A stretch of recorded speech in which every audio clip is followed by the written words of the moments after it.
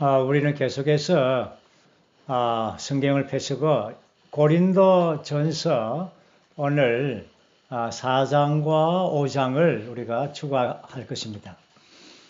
우리가 앞에서 보았듯이 고린도 전서는 이러한 11가지의 이러한 문제들, 이러한 문제들의 책으로 우리가 여겨지고 이러한 문제들을 이제 다루는 어떤 책으로 여겨졌지만, 그러나 우리는 이 고린도 전서를 통하여 개인적인 우리 그리스도인의 생활의 삶을 보여주고, 또한 단체적인 교회 생활의 이러한 방면, 특별히 유기적인 몸의 생활의 어떤 깊이 안에 우리를 인도해 주고 있습니다.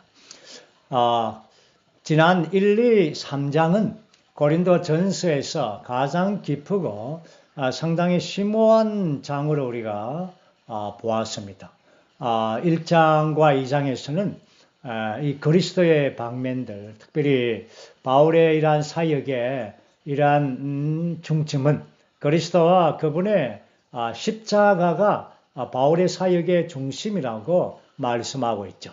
그리고는 이러한 그분의 교통 안에 계속적으로 우리가 머물 때에 그리스도의 모든 풍성들, 거기에 고린도 전서에서의 20항목의 많은 풍성들을 누렸고, 또한 이 장에서 이러한 하나님의 깊은 것들, 하나님의 깊은 것들이신 그리스도를 우리가 보았습니다. 그리고 이제 3장에 올 때는 이제 1, 2장은 이제 그리스도의 이러한 깊은 것들을 보여주셨다면 3장에서는 교회의 방면을 보여주었습니다. 교회는 하나님의 경작지이고 하나님의 건축물, 하나님의 경작지와 하나님의 건축물은 교회에 대한 아주 큰 항목입니다. 이러한 큰 주제를 이제 다루었죠. 물론 이러한 큰 주제가 이 바울의 14서신에서 계속적으로 이러한 주제가 발전되겠지만, 그러나 고린도에서 이 3장에서 큰 두 주제를 다루었습니다. 우리는 교회, 바로 하나님의 이러한 건축물에 관해서 볼 때에 우리가 그 부분에서 많은 이러한 경고의 방면도 보았습니다. 그것은 바로 우리가 이러한 그리스도의 기초 위에 금과 은과 보석으로 건축할 것인가, 나무와 풀과 짚으로 건축할 것인가, 이것은 주님의 그리스도의 심판된 날에 모든 것이 다 드러나게 될 것입니다. 그럴 때 우리는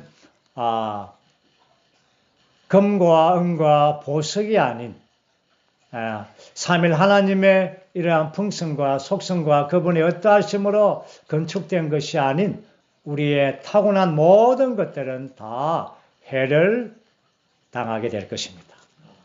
불을 통과하게 되겠죠.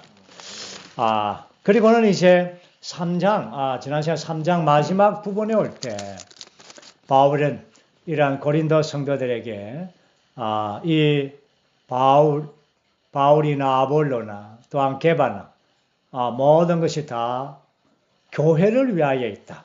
모든 것은 여러분들을 위한 것이다. 교회를 위한 것이다. 심지어 세상이나 생명이나 죽음까지도, 이러한 소극적인 항목까지도 모두가 다 우리를 위하여 있다고 말씀하고 있습니다. 이것은 아주 참 3장에서의 아주 특별한 아주 좋은 결론이었죠.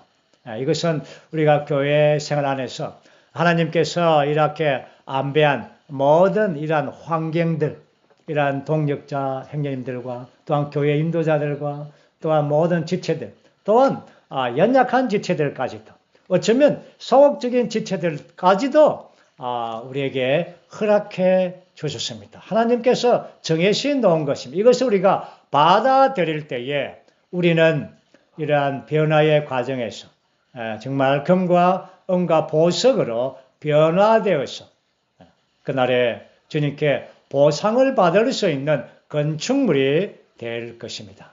이것이 3장에서의 이러한 결론이죠. 이제 이러한 1, 2, 3장은 고린도 전서에서 상당히 깊은 방면이죠. 이러한 장을 이제 마치고 이제 4장에 올 때 사도는 아주 독특한 표현을 쓰고 있습니다. 1, 2, 3, 4장의 전체적인 내용은 바로 분열에 대한 해답입니다. 그래서 예수님이 이러한 분열의 문제를 해결하는 방면에서 마지막 항목은 바로 청지기 방면을 교통했습니다. 그리스도의 방면, 교회의 방면, 그리고 청지기의 방면, 이 세 방면은 상당히 교회 안에서 중요한 항목들이죠. 그래서 이 사장의 이러한 중심적인 주제가 바로 하나님의 비밀을 맡은 청지기들입니다. 그래서 이 사장에서는 이제 네 가지 요점을 가지고 있습니다. 이 네 가지 요점이 상당히 독특합니다. 첫 번째는 그리스도의 신실한 종들. 이것은 우리가 많이 들어봤지만, 두 번째를 보면은 천사들과 사람들의 구경거리가 됨. 이 표현은 상당히 독특한 표현이죠. 세 번째는 세상의 쓰레기와 만물의 찌꺼기. 이것은 더더욱 독특합니다. 그리고 네 번째 항목은 낳는 아버지. 이렇게 해서 이러한 하나님의 비밀을 맡은 이러한 청지기의 이 항목에서, 이 주제에서, 사장에서 이 네 가지의 이러한 요점을 이제 가지고 있죠. 먼저 우리는 이러한 첫 번째 요점, 그리스도의 신실한 종, 신실한 종, 이 부분을 우리가 보기 위하여 1절과 2절, 1절과 2절을 우리가 읽어보겠습니다. 이와 같이 사람이 우리를 그리스도의 종들로 하나님의 비밀들을 맡은 청지기들로 여겨야 합니다. 여기에서 청지기들에게 무엇보다도 요구되는 것은 신실한 사람으로 발견되는 것입니다. 이러한 청지기 직분, 여기에서 그리스도의 종, 하나님의 비밀을 맡은 청지기들,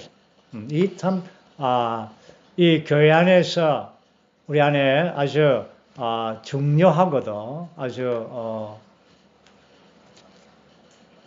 합당한, 정말 필요한 이러한 방면들을 지금 보여주고 있죠. 주 예수님께서도 마태복음에서 이렇게 말씀한 적이 있죠. 신실하고 현명한 노예, 신실하고 현명한 노예가 되어서 주인의 맡긴 집안 식구들에게 제때의 양식을 나누어 줄 사람이 누굽니까? 바로 이러한 합당한 그 노예, 종. 여기에서 바울은 이와 같이 우리를 그리스도의 종들로, 그리스도의 노예들로, 신실하고 현명한 노예들은, 신실하고 현명한 노예들은 제때에 이러한 양식을 공급하는 것입니다. 이러한 청지기가 뭡니까? 과거에 아주 부자의 집안에 많은 대가족의 식구들에게 그 창고 안에 있는 모든 의식주들, 그렇죠? 음식물뿐 아니라 여러 가지 심지어 생활 필수품까지, 칫솔, 치약, 비누, 화장제 모든 것들이 창고에 있습니다. 그러한 것들을 다 필요에 따라서 계속해서 나누어주는, 공급해주는 그러한 직분이 바로 청지기 직분입니다. 이러한 그러므로 하나님의 집안에, 하나님의 대가정 안에 어마어마한 많은 사람들 안에 이러한 필수품을 계속 나누어 줄 필요가 있죠. 그것이 바로 하나님의 신성한 창고에는 청량할 수 없는 모든 풍성들이 가득 있습니다. 그분의 창고 안에 어마어마하게 있습니다. 이것을 계속 나누어 주는 것이 필요하죠. 나누어 주는 청지기들이 계속해서 나누어 줘야만이 모든 지체들이 그들의 필요를 공급을 받습니다. 오늘 그리스도의 모든 풍성들 계속 공급을 받음으로 우리는 성도들이 몸 안에서 자라가고 또한 몸 안에서 건축되어 가는 것입니다. 이러한 청지기 직분이라고 말할 때에 이것은 하나님께는 하나님의 경륜이라고 말합니다. 하나님의 경륜, 청지기 직분 혹은 분배, 이 오이코노미아, 이것은 다 같은 어근입니다. 하나님 편에서는 하나님의 경륜이죠. 그러나 사도들의 편에서는, 사람의 편에서는 이러한 청지기 직분을 가지는 것입니다.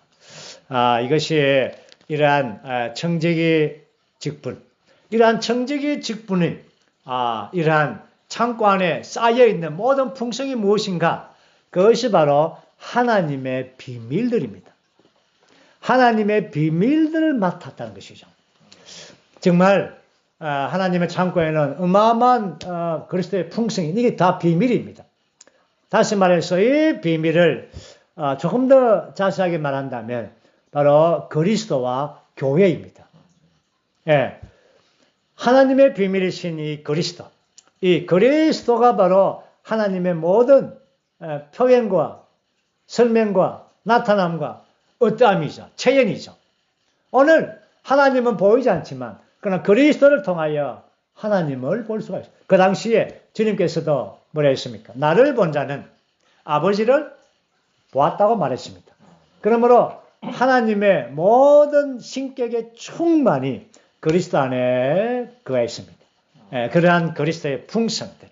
또한 이 그리스도도 비밀이죠. 이 비밀은 바로 교회입니다. 교회를 통하여 그리스도의 모든 풍성들이 전람되어지고 또한 분배되어지는 것입니다. 이러한 청지기 직분은 이제 고린도 우리 전서 4장에서 우리가 1절에서 이 한 구절 청지기 직분으로 이렇게 나타나서 이렇게 보여주고 있죠. 그러나 우리가 에베소서 골로새 계속 바울의 서신에 갈 때에 은혜의 청지기 직분 혹은 교회의 사역자들 이 다 같은 의미입니다. 그러므로 고린도 후서는 앞으로 다음에 볼 고린도 후서는 그 전체가 바울의 자서전이자 바로 바울은 어떠한 청지기인가 또한 어떠한 사역자인가 그 사역과 사역자가 어떤 자인가 그것에 자세하게 기록되어져 있습니다. 우리가 알듯이 사역은 바로 계시에다가 고난이 더해진 다시 말해서 이러한 사역을 가졌다라는 것은 이러한 지식을 전달하는 이런 문제가 아니죠. 다시 말해서 이러한 계시에 이러한 고난을 통하여 조성된 한 실체가 된 이러한 사역자 그 존재를 분배해 주는 것이죠. 이것이 바로 참된 사역자이고 이것이 바로 오늘 이러한 청지기 직분을 가지는 것입니다. 그리고는 2절 말씀에 보면 여기에서 청지기들에게 무엇보다도 요구되는 것은 신실한 사람입니다. 신실한 사람. 신실한 사람. 신실함의 반대가 무엇입니까? 신실치 않음이죠. 안신실함. 다시 말해서 이러한 마음이 그렇죠? 바뀌는 사람. 그렇죠? 이 신실함에 대해서는 우리가 두 방면이 있습니다. 다시 말해서 비가 오나 눈이 오나 이것은 뭡니까? 그 사람이 신실하다는 의미죠. 비가 오나 눈이 오나 바람이 부나 변함없다. 변함없다라는 말이 바로 신실하다는 것입니다. 변하는 사람은 신실하지 않죠. 이것은 밖의 환경에 따라서 밖의 환경에 상관없이 어떠한 것을 결정했으면 끝까지 꾸준하게 이러한 사람을 신실하다라는 표현을 쓰죠. 그 다음에 이제 두 번째는 바로 이제 그 마음의 안이 어떤가. 오늘 바울은 3절과 4절이 바로 그 신실함을 증명하는데 신실함을 설명하는데 밖에 있는 환경의 문제가 아니라 안에 있는, 마음 안에 있는 어땀입니다. 마음이 요동치듯. 어떤 사람들은 마음이 요동치면은 신실하지 못합니다. 기분이 좋으면은 이렇게 열심히 잘 하다가 또 기분이 안 좋으면은 하지 않습니다. 그것은 말 신실하지 않죠. 그것은 바람 부는 거하고 상관없이 안에 있는 마음의 문제입니다. 거기에서 여기에 우리가 교회 생활 안에서 신실하게 이 길을 가는 것, 신실하게 교회 안에서 다른 이들에게 이러한 풍성들을 공급하는 청지기가 되기 위해서는 오늘 이 두 가지 항목, 밖에 있는 것과 안에 있는 것, 또한 안에 있는 이 마음 안에도 두 가지가 있습니다. 바울이 말했죠. 첫 번째는 뭡니까? 다른 이들에게 판단을 받는 것. 두 번째는 내 자신에게 판단을 받는 것. 이 두 가지 문제가 우리를 신실하지 못하게 하는 것입니다. 그 말씀을 한번 읽어보죠. 3절과 4절 말씀입니다. 그러나 내가 여러분에게 판단을 받든지 사람의 날에 판단을 받든지 나에게는 아주 작은 일입니다. 나도 나 자신을 판단하지 않습니다. 나는 나 자신이 틀렸다고 느끼지 않지만 이것으로 내가 의롭게 되는 것은 아닙니다. 나를 판단하시는 분은 주님이십니다. 여기에서 우리 안에 이러한 체험들이 있죠. 교회 생활은 단체적인 생활이고 또한 청지기의 직분은 지체들을 돌보는 활동적인 생활입니다. 가만히 있으면 청지기 직분이 안 되죠. 그러나 청지기 직분은 뭔가 계속 끄집어내서 나누어주고 이런 활동, 움직임이 있습니다. 자, 이럴 때에 한 가지 비난을 받습니다. 내가 여러분에게 판단을 이 말은 다른 사람들이 바울을 비난한다는 것입니다. 바울은 계속해서 이 청지기 직분을 이렇게 움직이니까, 활동하니까 많은 사람들을 비난합니다. 이 사실은 청지기 직분을 가진 자들은 비난을 받는 것이 당연합니다. 비난을 받는 건 당연한 거죠. 비난을 안 받으면 그 이상하죠. 그 가만 움직이지 않았다는 것이죠. 사람이 움직이고 활동하면 이러한 비난을 받습니다. 그런데 바울은 비난을 받을 때 그것은 나에게 아주 작은 일입니다. 이겁니다. 우리가 비난을 받을 수 있습니다. 다른 사람들에게 정말 판단을 받고 비난을 받고 자 이럴 때에 이것이 우리를 신실하게 만드는가 아니면 좌절시키게 만드는가 바로 그 지점이죠.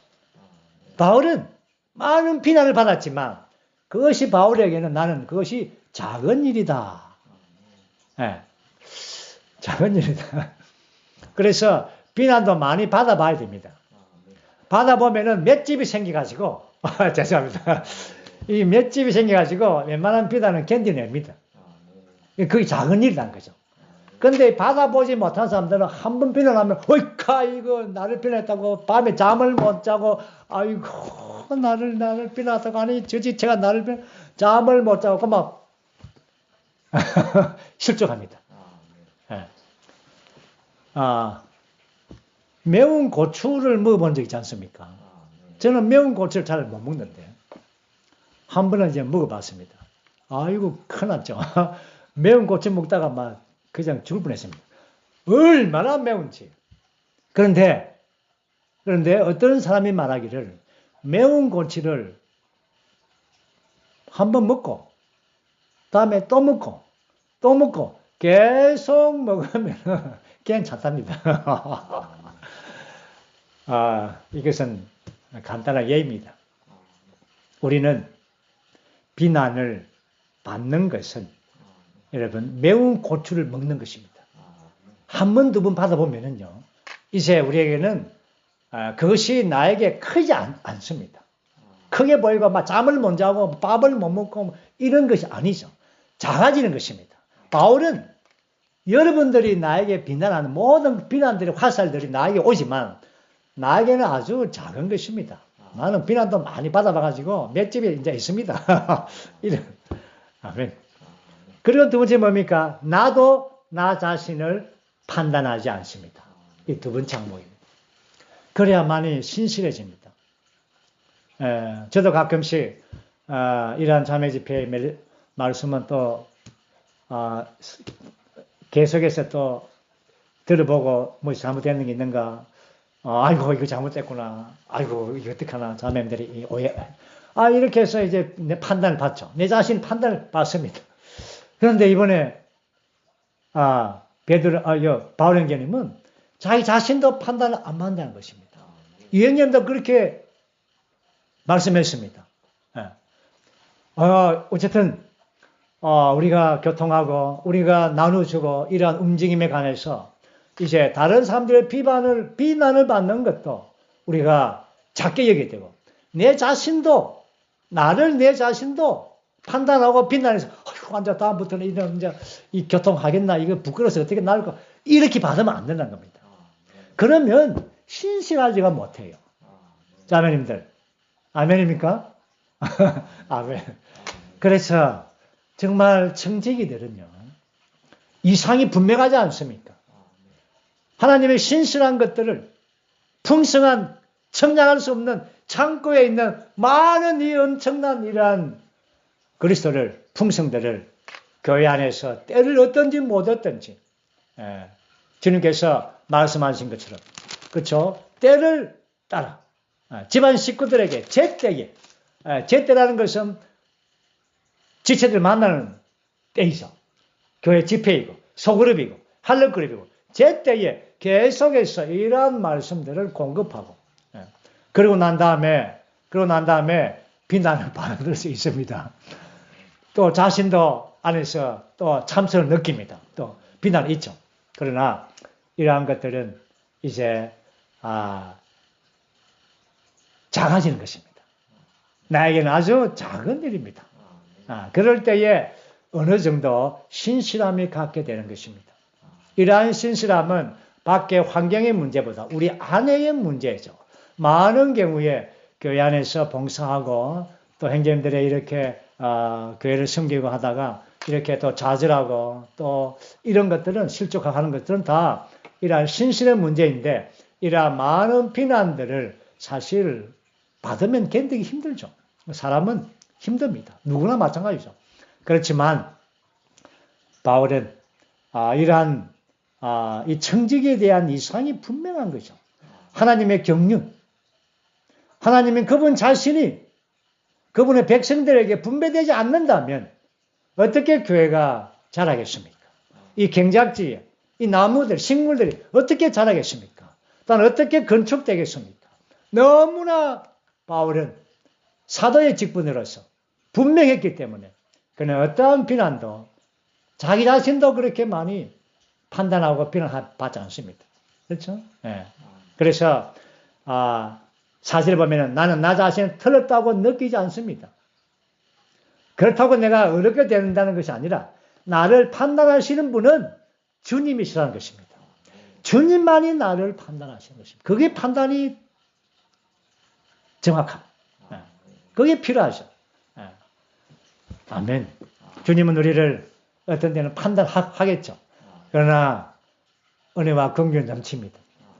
다른 지체들은 은혜와 긍휼 없이 판단하지만 주님은 조금 판단하고 은혜와 긍휼이 아주 넘치기 때문에 정말 주님의 판단은 너무나 달콤합니다. 아멘. 그렇기 때문에 바울은 이 사역을 지속할 수가 있는 것입니다. 그렇기 때문에 오늘날 교회 안에서 모든 이러한 인도자들은 지속적으로 계속적으로 신실하게 이 사역을 감당할 수가 있는 것입니다. 이제 5절 말씀이죠. 한번 읽어보죠. 그러므로 때가 이르기 전 곧 주님께서 오실 때까지 아무도 판단하지 마십시오. 그분께서 어둠에 감춰진 것들을 밝혀내시고 마음의 의도들을 나타내실 것이니 그때에 각 사람은 하나님께 칭찬을 받을 것입니다. 때가 이르기 전에. 이것은 바로 주님께서 오시는 때. 주님이 오셔서 주님께서 판단하실 때 그 판단이 정확합니다. 그렇기 때문에 오늘날 오늘 교회 안에서 신실하게 교회 안에서 이렇게 건축하는 일에 낙담하고 이제 실족하지 않기를 바랍니다. 이러한 영을 바울의 영을 우리가 함께 갖기를 원합니다. 바울은 정말 고린도 성도들이 얼마나 많은 비난과 판단을 많이 그렇죠? 했습니다. 자 이제 6절부터 우리가 9절까지 이 청지기들, 이 사도들은 어떠한 지경에까지 있는가? 천사들과 사람들에게 구경거리가 되는 지점까지 갑니다. 자, 이제 이러한 부분을 사실은 고린도에 있는 성도들에게 그렇게 비난하고 또 누구에게 속했다 하고 이러한 어린아이 같은 혼적인 그러한 성도들에게 이제 바울은 정말 솔직하고 진솔되게 이러한 말을 합니다. 6절 보세요. 형제님들, 나는 여러분을 위하여 이러한 것들을 나 자신과 아볼로에게 적용하여 말하였습니다. 이것은 여러분이 이미 기록된 것을 넘어서지 말아야 한다는 점을 우리에게 배워 어느 누구도 한편을 지지하고 다른 한편을 반대하는 교만에 빠지지 않도록 하려는 것입니다. 고린도의 혼적인 성도들은 바울을 지지하면서 그 말은 아볼로와 게바는 반대한다는 것이죠. 어떤 이들은 아볼로를 지지하면서 바울을 반대한다는 것입니다. 이러한 것들은 정말 선을 넘지 말아야 할 그런 상황까지 갔죠. 그래서 여기에서 바울은 이러한 단어를 씁니다. 적용이라는 단어를 써서 이것은 바울과 아볼로에게 적용을 합니다. 교만에 빠진 고린도 사람들이 그렇죠? 사실은 그들이 적용하기를 기대했죠. 그렇지만 바울은 자신을 적용합니다. 그리고는 7절에서 누가 그대를 남과 다르게 구별하였습니까? 그대에게 있는 것 중에 받지 않은 것이 무엇입니까? 그대가 받았다면 왜 받지 않은 것처럼 자랑합니까? 다른 사람들에게서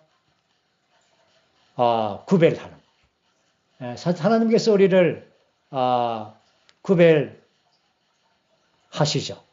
그러나 우리는 어떤 것을 구별해서는 안 됩니다. 아볼로를 선호하고 바울을 구별하고 이러한 구별 지어서는 안 되죠.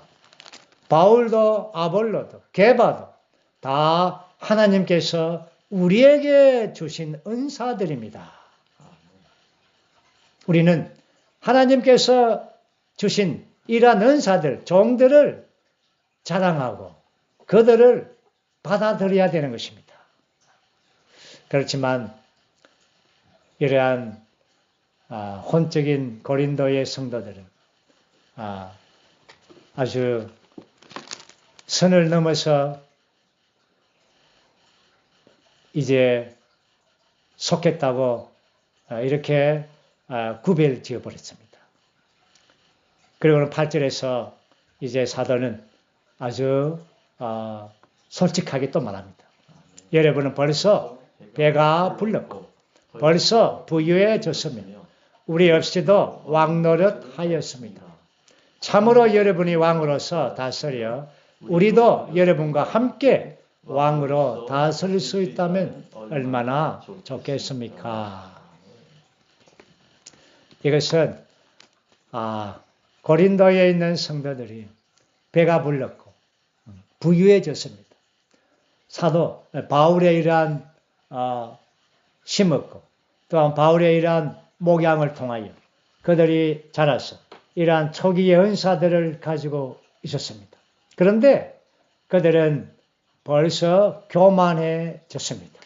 사도가 없이도 그들이 사도 노릇을 하겠다는 것입니다. 그들이 왕이 되겠다는 것이죠. 왕 노릇 하겠다는 것입니다. 이제 우리는 사도가 필요 없다. 사도가 없다. 이제 우리는 우리 교회에서 내가 왕이다.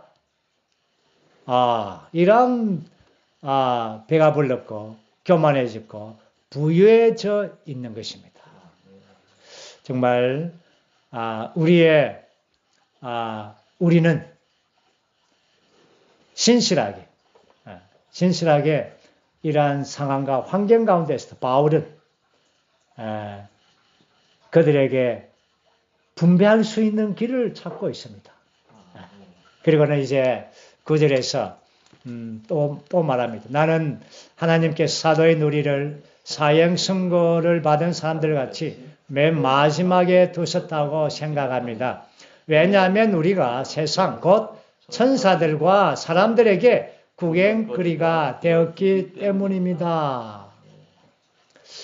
여기서 우리가 개역력 성경에는 내가 생각한데 이렇게 했죠.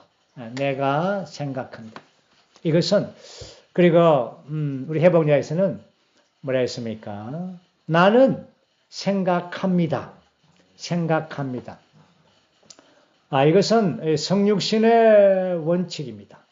다시 말해서 이러한 구약에처럼 하나님께서 이렇게 말씀하셨다라고 합니다. 이런 것이 아니라 바울은 내가 생각한데 나의 생각으로는 이 고린도전서 7장에서 성육신의 원칙이 아주 잘 나오지만 여기에서도 마찬가지로 이러한 주님과 바울은 사도는 하나의 마음입니다. 하나 되었습니다.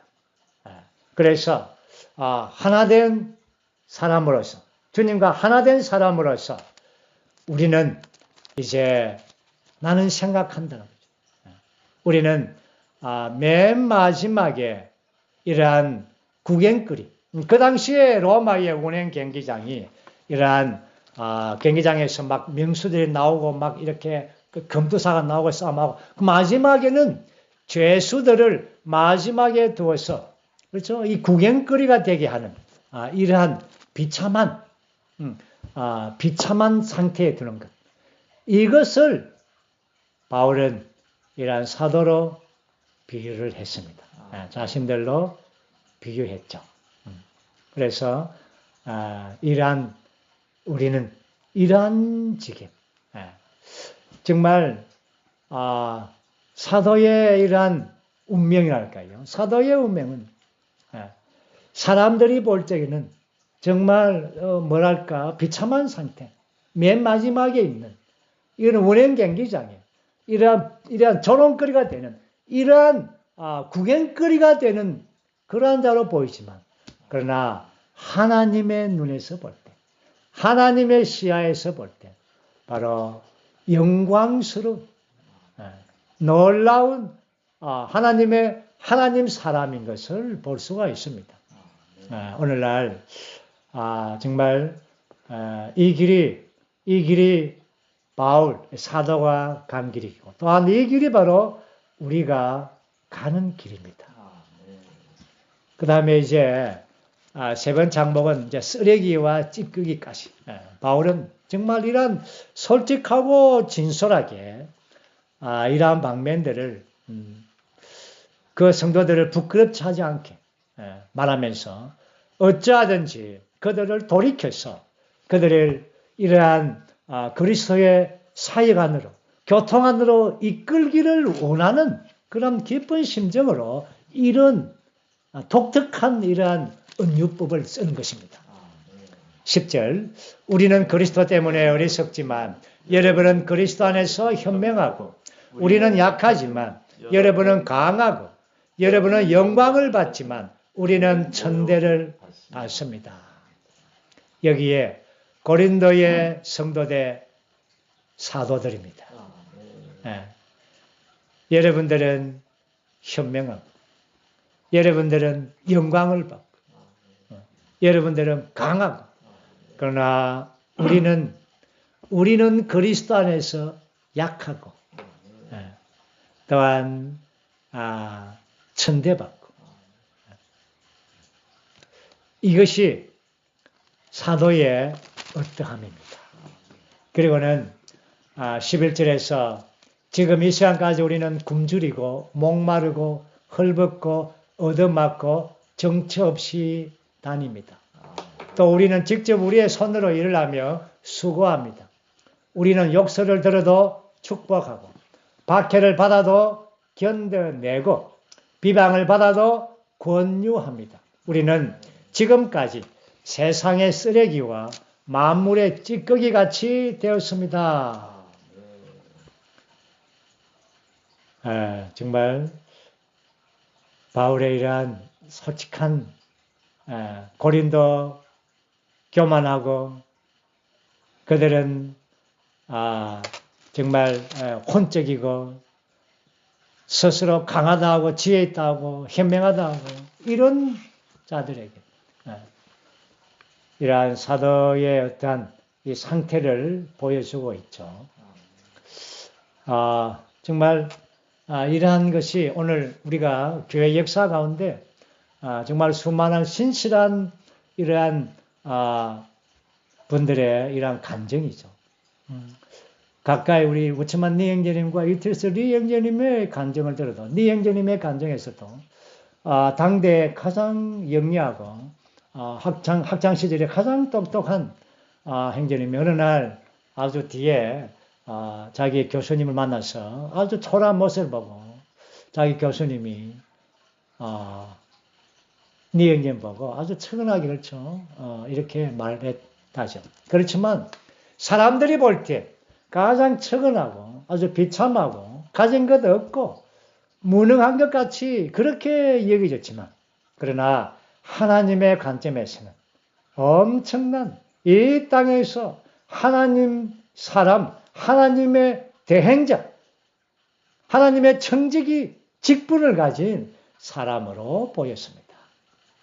이 형제님도 이러한 간증을 했습니다. 아멘. 우리도 이러한 간증이 우리 안에 있기를 원합니다. 정말 부끄러운 부분이 우리가 많죠. 어쨌든 이것이 사도의 길이고 이것이 청지기 직분을 가진 자들의 길입니다. 그리고 이제 14절부터 이제 21절까지 이제 바울은 다시 한 번 더 이제 결론의 말씀을 이제 합니다. 자, 14절에 내가 이런 것을 쓰는 것은 여러분을 부끄럽게 하려는 것이 아니라 여러분을 내 사랑하는 자녀들에게 하듯 훈계하는 것입니다. 이제 바울은 정말 마음 안에 있는 깊은 것을 말합니다. 내가 이러한 것들을 써내려간 것은 여러분들을 부끄럽게 하는 것이 아닙니다. 여러분들을 훈계하고 여러분들을 권면하기 위한 것입니다. 15절에서 그리스도 안에서 여러분에게 10,000명의 서성이 있을지라도 아버지는 많지 않습니다. 나는 그리스도 예수님 안에서 복음을 통하여 여러분을 낳았습니다. 16절 그러므로 내가 권유합니다. 여러분은 나를 본받는 사람이 되십시오. 바울은 나는 여러분들에게 서성으로 나가지 않았습니다. 많은 서성들은 있겠지만 그러나 나는 아버지로서 여러분들에게 나아갔습니다. 고린도에 있을 때에 여러분들이 세상 가운데 고린도에 이러한 세상 가운데 있을 때 바울의 복음의 말씀을 듣고 그들이 교회 안에 심겨졌어. 그러므로 바울은 고린도 성도들을 낳은 아버지였습니다. 그리고는 교회 안에 심겨서 그들을 양육하고 그들을 목양하며 바울은 1년 반 동안 있으면서 그들을 목양했습니다. 하나님의 왕국에 가는 많은 진리들을, 이러한 그리스도의 풍성에 대한 많은 항목들을 다 가르치고 또 공급해 주었습니다. 그런데 그들은 지금 완전 다른 이러한 행태로 바뀌어져 있습니다. 생명 안에서 자라지 못하고 아주 여전히 혼적이고 어린아이적이고, 그래서 세상의 지식과 학문과 이러한 지혜들을 자랑하고 우쭐거리고 교만하고 이러한 상태에 있는 이들에게 바울은 이러한 말씀, 이제 내가 여러분을 낳았습니다. 복음을 통해 낳았습니다. 그러므로 여러분들은 나를 본받는 사람이 되십시오. 17절. 이 때문에 내가 주님 안에서 사랑하는 신실한 아들 디모데를 여러분에게 보냈습니다. 그가 그리스도 예수님 안에 있는 나의 생활 방식, 곧 내가 각 교회에서 가르치고 있는 것을 여러분에게 생각나게 할 것입니다. 여기에 디모데를 보냈습니다. 디모데는 바울의 동역자이죠. 바울과 디모데가 함께 살았던 생활 방식, 바울이 각 처에서 각 교회마다 가르쳤던 그 모든 말씀들, 이러한 가르침들을 가르치는 것입니다. 이러한 것들은 바로 사도들의 가르침이죠. 오늘 교회는 사도들의 가르침과 교통 안에 견고하게 머무는 것입니다. 이것은 각 지방에 있는 교회들이 각 처에서 어느 지방이든 각 처에서 동일하게 사도들의 가르침에 이러한 말씀들을 함께 가르쳐야 되는 것입니다. 오늘 교회 안에서 봉사하는 모든 청지기들은 다 동일하게 사도들의 가르침을 받아서 그러한 가르침대로 동일하게 가르치고 교통을 나누어야 되는 것입니다. 이것이 바로 교회를 건강하게 만드는 것입니다. 그럴 때에 이러한 교회 안에서 생명이 자라서 교회 안에서 하나님의 건축물로 건축되는 것입니다. 이제 그 다음에 이제 18절에서 21절 말씀, 20절, 21절 말씀은 있죠. 왜냐하면 하나님의 왕국은 말에 있는 것이 아니라 능력에 있기 때문입니다.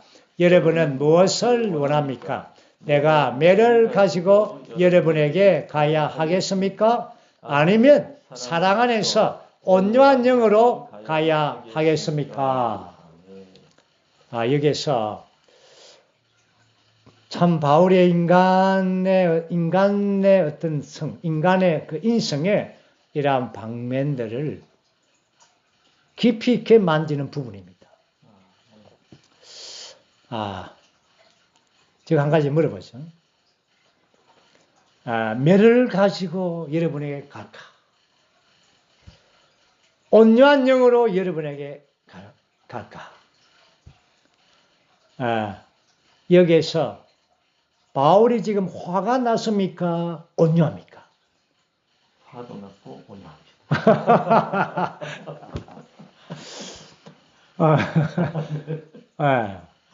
매를 가져간 것은 화가 났다는 것이죠. 온유한 영은 바로 온유한 것입니다. 그렇죠? 제가 또 한 가지를 질문하겠습니다. 영적인 사람은 화를 냅니까? 안 냅니까? 냅니다. 자매님들, 화 냅니까? 자매님들 입술에 말이 안 움직이는데. 영적인 사람도 화를 냅니다. 그러나 정치적인 사람은 화를 안 냅니다. 소위 영적인 체하는 사람은 화를 안 냅니다. 그러나 영적인 사람은 화를 냅니다. 여기 바울이 화 났습니까? 안 났습니까? 화 났지 않습니까? 매를 가져가자. 이거 화 아닙니까? 그런 온유한 영을 가져가라. 그런데 여기서 한 가지 우리가 보는 것은 우리가 영적인 사람도 화가 날 수가 있습니다. 화납니다. 그렇지만 그 화는 온유한 영과 함께 있습니다. 이 어떤 지점입니까? 바울이 화가 났는데 온유한 영이 곧 나옵니다. 만약에 우리 가운데 화가 나서 그 화가 하루 종일 있다 한다면 그거는 참된 영적인 사람이 아닙니다. 그 여 안에 있는 사람이 아닙니다. 화가 났지만 그러나 온유한 영이 곧 나오는 것입니다. 오래 가지 않습니다. 온유한 영과 화가 그렇게 멀리 있지 않습니다. 가까이 있습니다. 그렇죠? 21절 안에 같이 있지 않습니까? 21절 안에 화와 온유와 함께 있는 것입니다. 우리는 이러한 바울의 솔직함, 참된 인성을 만집니다. 사람은 솔직한 사람이 사람을 만집니다. 정치적이고 소위 영적인 가면을 쓰고 사람을 만지면요. 나중에 들통이 납니다. 저도 많이 들통 났죠. 아멘? 왜 솔직하죠? 솔직히 화가 나면 화가 난 겁니다. 그러나 곧 온유한 영이 나와야 됩니다. 영 안에 있는 사람은 화가 오래 가지 않습니다. 곧 온유한 영이 나오는 것입니다. 이것이 바울의 영입니다. 우리는 교회 안에서 어떠한 정치적인 행동은 더 어렵습니다. 교회 안에서 정치적인 것이 더 힘듭니다. 차라리 화가 나면 나는 거죠. 그래 돌이키면 돌이키는 거 아니겠습니까? 꿍꿍꿍 참고 억지로 참고 그냥 뭐 밤새 참고 하고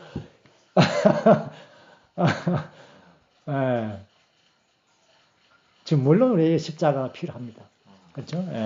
그러나 여기서 우리는 바울은 청지기 직분으로서 이런 합당한 인성 안에서 영 안에 있는 참된 영적인 사람으로서 이러한 솔직한 방면을 지금 보여주고 있습니다. 바울은 사실 화가 났습니다. 그렇지만 그 화는 오래 가지 않았습니다. 곧 온유한 영으로 돌이켰습니다. 온유한 영과 화가 함께 있는 것이죠. 이 어떠한 지점입니까? 정말 우리가 이렇게 되기 원합니다. 정말 이러한 사람이 되기 원합니다. 이 교회 생활은요, 사람 됨됨이의 문제입니다.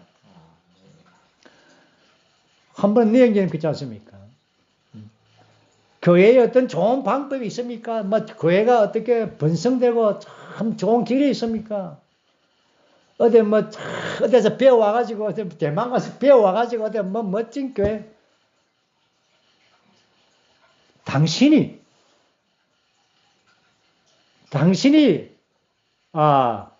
참되지 않으면 교회는 참되지 않습니다. 사람이 참되지 않으면 교회는 참되지 않습니다. 그렇죠? 정말입니다. 그렇죠? 참말입니다. 정말 이러한 부담이 우리 안에 새겨지기 원합니다. 그래서 제가 청지기 직분을 말할 때 이 고린도후서 앞으로 가게 되면 사역자라는 교회의 사역자라는 단어를 씁니다. 이것은 이러한 지식을 이렇게 전달해 주는 자가 아니죠. 이것은 바로 이러한 고난과 압력과 이러한 것을 통과해서 그 계시가 그와 존재와 하나 되어서 그의 존재입니다. 변화된 사람의 존재, 변화된 사람들이 있는 것이 교회입니다. 오늘날 교회 안에서 변화된 사람들이 있다면 그 얼마나 축복이겠습니까? 함께 있어도 함께 축복이지 않습니까? 그러나 변화된 사람들이 없이 그야말로 혼적인 사람, 육체적인 사람이 계속 촐랑촐랑거리면 얼마나 교회가 피곤하겠습니까? 저는 그런 교회에 있고 싶지 않습니다. 솔직하게. 변화된 사람들이 있는 그곳에. 그렇지 않습니까? 우리가 이러한 교회의 축복의 통로가 되기 원합니다. 교회의 축복들 되기 원합니다. 그렇지 않습니까? 이양되는 그 교회 축복이 되십시오. 교회 어려움이 되지 마시고. 어쨌든 우리가 바울의 영을 만지기 원합니다. 제가 좀 다른 이야기 했는데 이제 5장을 간단히 그렇다고 마칠 것입니다. 5장은 이제 4장까지 분열의 문제를 다루었죠. 이제 5장에서는 또 다른 악한 행제입니다. 정말 이것은 이 성경을 읽기도 힘들 정도로 이 악한 행제가 아주 음행에, 그렇죠? 그것도 근친상간의 음행에 빠졌습니다. 이것은 육체 안에서의 아주 심각한 범죄이죠. 분열의 문제는 혼적인 문제입니다. 그러나 이 5장에서 악한 형제의 문제는, 이 문제는 육체 안에서의 심각한 범죄입니다. 그래서 이러한 것을 한번 읽어보겠습니다. 1절에서부터 5절까지 한번 읽어보죠. 실제로 여러분 가운데 음행이 있다는 말을 들었습니다. 어떤 사람이 계모를 데리고 살고 있다고 하는데 그러한 음행은 이방인 중에서도 없는 일입니다. 그런데도 여러분은 교만에 빠져 있습니까?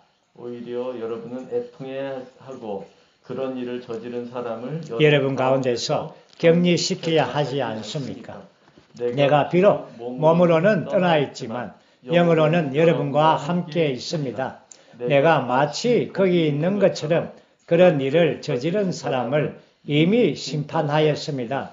여러분과 나의 영이 함께 모였을 때 우리 주 예수님의 이름 안에서 그리고 우리 주 예수님의 능력으로 그런 사람을 사탄에게 넘겨주어 그의 육체를 멸망하게 한 것은 그의 영이 주님의 날에 구원받도록 하기 위한 것입니다. 여기에 심각한 이 죄의 문제, 이 문제에 빠진 이것이 믿지 않는 자입니까? 어떤 단체는 이 부분에 대할 때 그는 믿지 않는 자라고 이렇게 단정한 단체도 있습니다. 그렇지만 우리는 이러한 부분에 올 때 이것은 믿는 자입니다. 그렇기 때문에 그의 영이 주의 날에 구원받도록 하기 위한 것이죠. 이것은 믿는 자입니다. 오늘 우리가 큰 경고는 믿는 자라도 이런 심각한 죄에 빠질 수 있다는 것입니다. 영을 사용하지 않는다면. 다시 말해서 우리가 혼을 사용하고 이 분열적인 문제, 다시 말해서 이 11가지의 고린도의 문제는 첫 번째의 이러한 단추가 첫 단추가 바로 혼적입니다. 분열입니다. 분열이 되게 되면 많은 심각한 죄들이 계속해서 밀려오게 되는 것입니다. 그러므로 우리는 이러한 경고 안에서 우리가 어떠한 상황과 어떠한 환경에 있더라도 그곳에 영을 사용할 수 없는 그런 환경이 오더라도 우리는 최선을 다해서 영을 사용해야 됩니다. 주의 이름을 불러야 됩니다. 그곳이 어떤 곳이든 그곳에 주의 이름을 깊이 불러야 됩니다. 그래야만이 우리의 영이 깨어나고 영이 열려지고 영이 살아야만이 우리는 혼적이지 않을 뿐더러 육체 안에서 심각한 죄를 짓지 않습니다. 그러나 이 형제는 심각한 죄를 지었을 뿐 아니라 돌이키지 않고 죄 안에 있는 것입니다. 여전히 죄 속에 살고 있는 겁니다. 그런데 거기에 있는 다른 형제들도 이 문제를 해결하지 않고 그와 함께 있다는 것입니다. 이것이 바울의 영을 굉장히 아주 분발시켰죠. 그래서 바울의 영이 아주 강화되어서 그들과 함께 있다고 말했습니다. 물론 이것은 바울이 그것에 갔다 왔다 이런 것이 아니라 바울의 몸은 있는데 영만 갔다 이런 의미가 아닙니다. 이것은 바로 바울의 영이 그토록 강하다는 것입니다. 강한 영이죠. 강한 영을 통하여 형제를 이제 주님의 이름으로 예수님의 능력으로 이제 사탄에게 내어주게 되었죠. 왜냐하면 구원의 날에 그의 영이 구원받게 하기 위한 것입니다. 그리고는 이제 5장에서의 이 심각한 범죄, 죄악의 문제를 들춰내고 그런 다음에 이제 처방전입니다. 그 처방전은 무엇입니까? 무교절입니다. 그래서 이제 6절에서부터 8절까지 이제 이 무교절을 보십니다. 함께 우리 읽어보죠. 6절을. 여러분이 자랑하는 것은 좋지 않습니다. 적은 누룩이 온 반죽을 부풀리게 한다는 것을 여러분이 알지 못합니까? 여러분은 본래 누룩 없는 사람들이니 새 반죽이 되도록 묵은 누룩을 깨끗이 없애십시오. 왜냐하면 우리의 유월절 곧 그리스도도 희생되어 제물로 드려졌기 때문입니다. 그러므로 우리가 명절을 묵은 누룩이나 악독이나 사악한 누룩으로 지키지 말고 순수와 진실의 무교병을 지킵시다. 아멘. 여기서 사도의 처방은 바로 무교절을 지키라는 것입니다. 우리가 알듯이 고린도의 성도들은 유월절은 지켰습니다. 다시 말해서 그들은 어린 양을 먹고 여기서 유월절이신 그리스도, 어린 양이신 그리스도를 그들은 먹었죠. 그리고 구속을 통하여 구원받았습니다. 그들은 초기의 은사를 가지고 있습니다.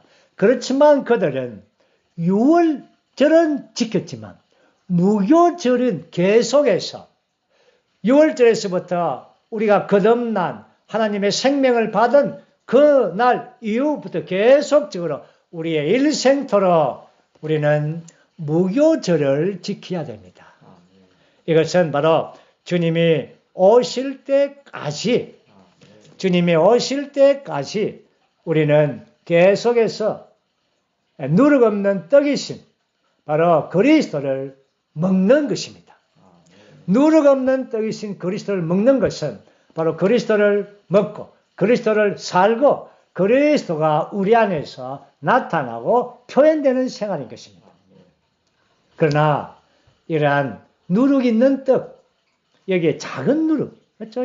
이러한 범죄는 큰 누룩이 아니라도 작은 누룩이 들어오더라도 이러한 온 반죽이 부풀리게 되는 것입니다. 작은 반죽, 누룩 있는 떡이 무엇입니까? 우리의 타고난 생명으로 사는 것입니다. 타고난 생명은 이게 누룩입니다. 이렇게 사는 것은 바로 결국은 이러한 큰 범죄 안으로 들어갈 수가 있는 위험성을 갖고 있는 것이죠. 그렇기 때문에 오늘 교회 생활은 전체적으로 무교절을 지키는 생활입니다.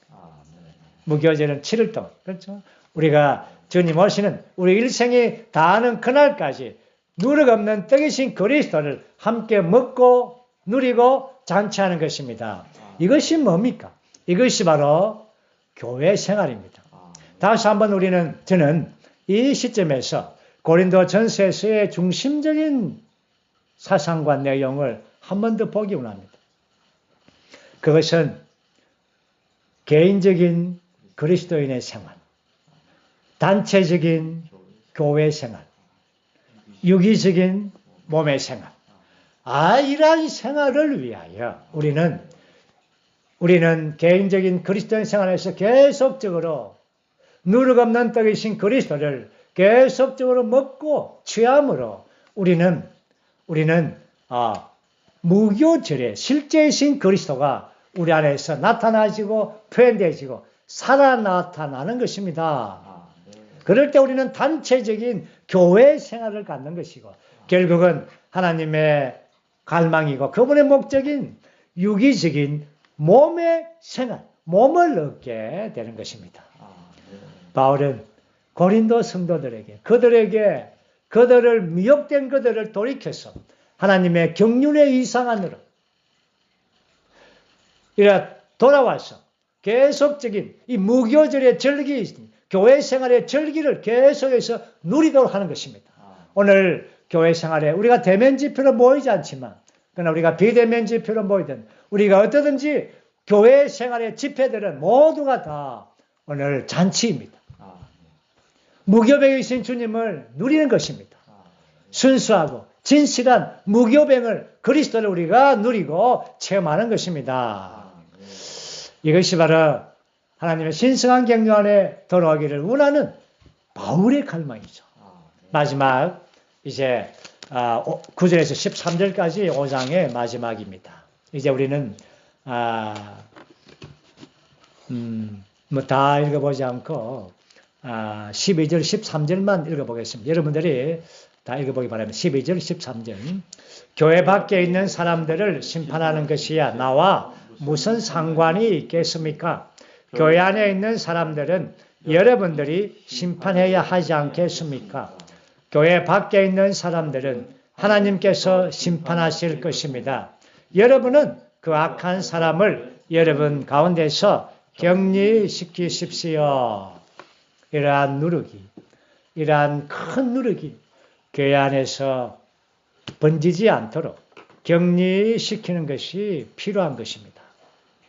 바울은 교회 밖에 있는 사람들이야 이런 짓을 하든 저런 짓을 하든 그들은 다 결국 하나님께 심판을 받을 것입니다. 그러나 교회 안에 있는 여러분들은 거룩한 성도들입니다. 하나님께서 부름받은 자들 아닙니까? 그러므로 바울은 거룩한 성도들인 고린도에 있는 성도들이 하나님의 거룩함 안에서 보존되고 보호받기를 원하는 것입니다.